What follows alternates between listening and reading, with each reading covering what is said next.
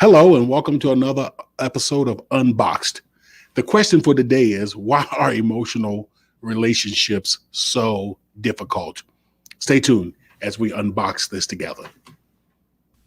I'm Dr. Robert Davis, family life educator and relationship coach, and welcome to Unboxed, a frank and straightforward conversation about relationships.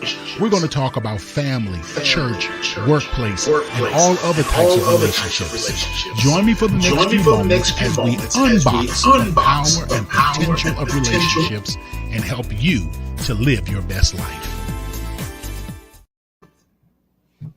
Hello, and welcome again to another episode of Unboxed. I am your host, Dr. Robert Davis. So glad to have each one of you here with us.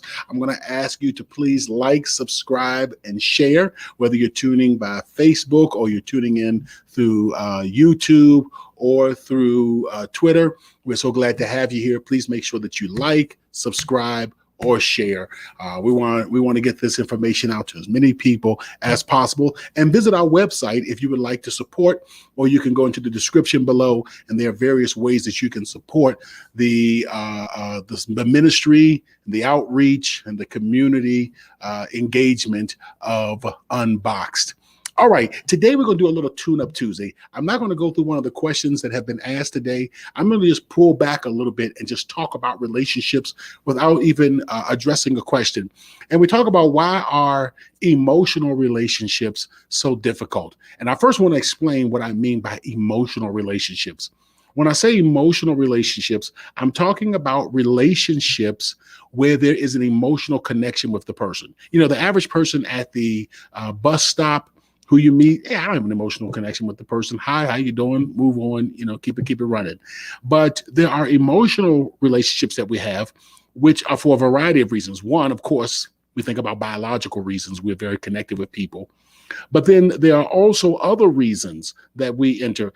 For instance, there is an emotional relationship that is formed when we share a common faith and are part of a common community like the church, or like a synagogue, or like a mosque. That automatically develops an emotional relationship. What that means is that the way that the other individuals in that relationship respond or interact with us evokes emotions from us. And so it becomes an emotional relationship. Another one is where individuals have power over us.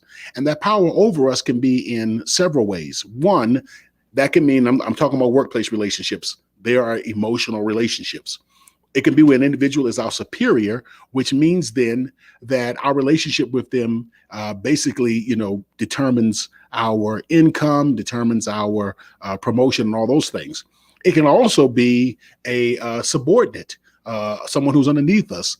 And based on how they work, based on how they, based on how they interact with us, that has a lot to do with our promotion again. Because if they're not producing, then it reflects bad on us. And so, that's just, I'm giving you some just very surface explanations about how emotional relationships are developed. But one of the things that happens, and I want to talk about leadership in emotional relationships and why it's so difficult.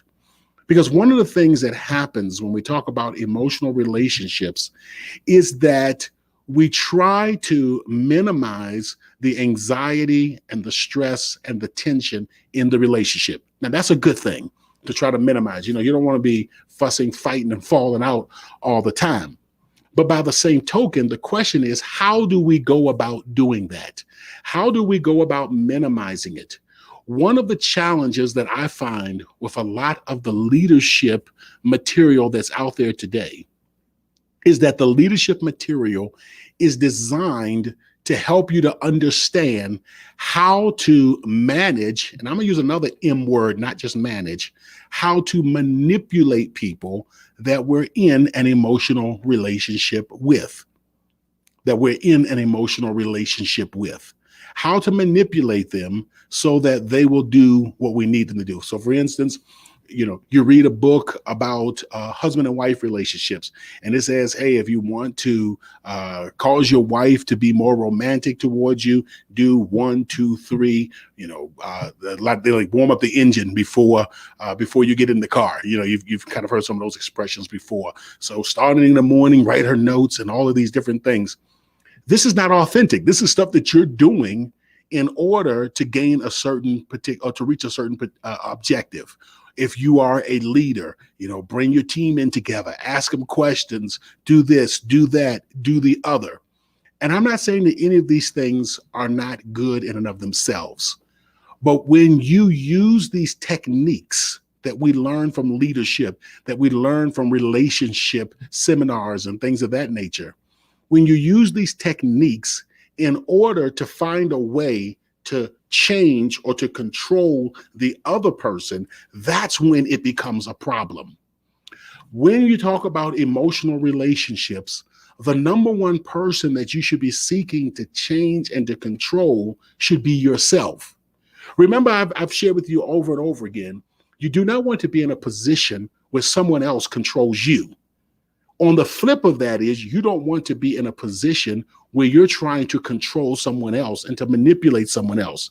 And the reason that a lot of these leadership techniques and a lot of these relationship techniques fall short is because on the front end, people get excited, they love it, etc.